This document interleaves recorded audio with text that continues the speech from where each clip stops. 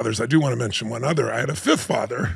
I currently have a fifth father figure, and that's your daddy, honey. Yeah. You know, he's just extraordinary. This is your daddy. I got to meet him, I guess, when I was when I was turning 40, and I think he was at the time like 52. Wow. And now I'm 62. Mm-hmm. And your daddy and your mom are just the most extraordinary human beings I know. But I look to him as a father because he's a man of such integrity.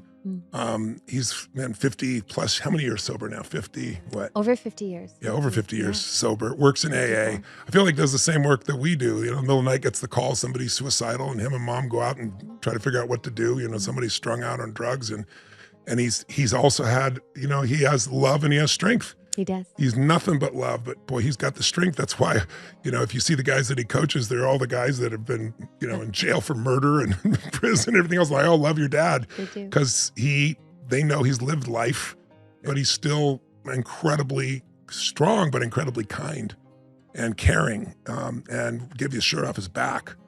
And so there's very few people on earth. If I ask that, who is the ultimate father figure for me, it's your daddy. Mhm. And I'm so grateful because you played such an important role with your mommy in creating this life where you were, you know, so loved, and I get the benefit of that. And who he is as a man is inspiring because it's real and it's raw and it's true. So thanks, Pops. Love you. Love you, Daddy. And I see a relationship now with men, some of them who are your senior, who feel like father figures in your life today. Can you speak to that a little bit and how you've acquired them? There are people along the way that I've had the privilege, because I've been doing this now 45 years. I look at anybody that's older than I am, and I give them hierarchy, or anybody. They don't have to be older, they can be younger. If someone has a skill set I don't have, I give them hierarchy. In the male world, hierarchy is important. The female world, it's not as important. So I think when it comes to people in my life, there are people that are both like a brother and a father. So Peter Gruber is one of my dearest friends in the world for the last 35 years. I originally was like his coach, but he's 18 years my senior. So there are times where he feels like a father figure to me, and there are times where he feels like a brother, and we swap back and forth, and he's one of the most cherished people in my life.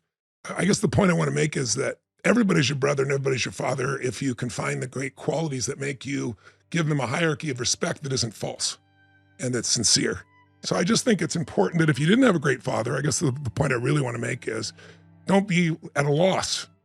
Find some father figure. Find someone who you respect, someone you love, someone who inspires you, and someone you can learn from. And don't pretend that they're going to be perfect or expect them to be, because first of all, you don't even know what perfect is yourself.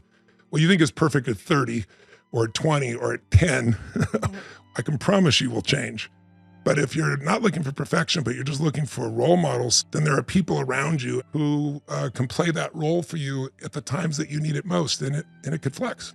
Mm-hmm. Tone, you've been a father since you were 24 years old, and now we share a 14-month-old. I'm curious, what has this little one opened in you, taught you? How is it different today? Gosh, it's different in so many ways, honey. First of all, you know, when I was 24, I instantly became a father of many, because I married to a woman at the time who had 3 children, and she had them from 2 different husbands. And she wasn't living with them. And I could see she wasn't happy. And I was like, okay, bring all the kids. And I fell in love with them and adopted them into my life. So instantly, all of a sudden, there were 4 kids, and they were in every age group.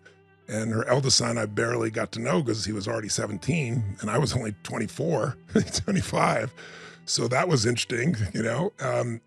But, you know, the others were, you know, 11 and 5. And then my first birth child coming into the world at that stage. So it's like, wow, here I am to try to change the world. And all of a sudden there's all these kids here, and they're all in different stages of life, and they all need them. And one's almost my peer age-wise virtually, and they were from different fathers.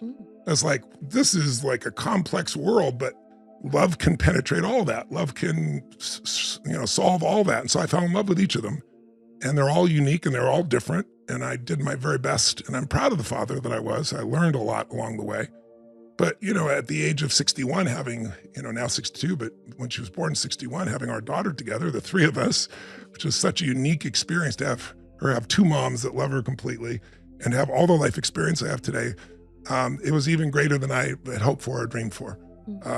there was a stage of life where it's like, honey, I said to you, I don't have a kid past 50. I don't I want to remember. show up at their high school graduation and be 70 years old. Now I'm going to be 80. So I wrote Life Force. Thank God I wrote that at this stage because I need to make sure I live past 100 here so I can be around for her 40th birthday. But the level of joy I have today is so different. And I think I've always looked at each of the kids. I think you have to look at your children as not you and not try to shape them to be you.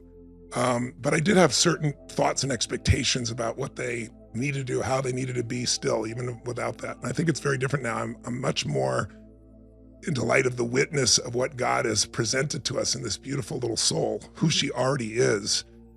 Because I don't have to travel as much as I was in those days, I'm here for all those moments, her first little steps, her first words of dad, mama, and all those things.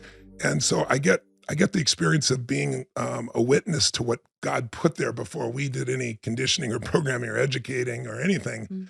And I have we all three of us are in alignment of, we want our child to be completely loved, but also not want them to have expectation. It's like, I think that's what messes people's lives up. And innocently, parents very often, they're praising their child all the time. It's a generation, the last 20 years have been like that, praising them, you're the best at this, you're the best at that. And Dr. Dweck did that great research at Stanford that shows the worst thing you can do.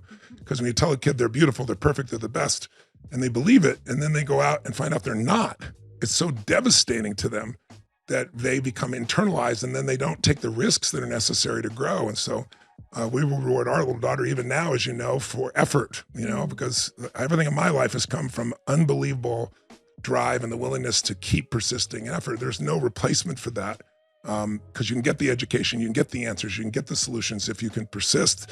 But if you expect life to just go your way, you're going to be very disappointed. But it's like all of three of us are very conscious of, and I'm speaking for all three of us here, that like we don't want her to every moment be showered upon, because then she'll just expect that. And what we really want our daughter to learn is, that she's completely loved, but also that by growing and giving, that life is about something more than her. And even as a child, you can have those lessons start to come. And so I'm very conscious about her being able to self-soothe. So it's not having to come from some external force. So she owns herself, even at this stage, but at the same time also making sure there's music, entertainment, and there's natural laughter. And she has the ability to explore and learn on her own. So there's more of a witness mode in me today than probably the earlier stages of my life. More of the grace of who she already is, and then being there as a presence where she knows that we're there and knows that I'm there, of love and a presence of, again, strength when it's needed.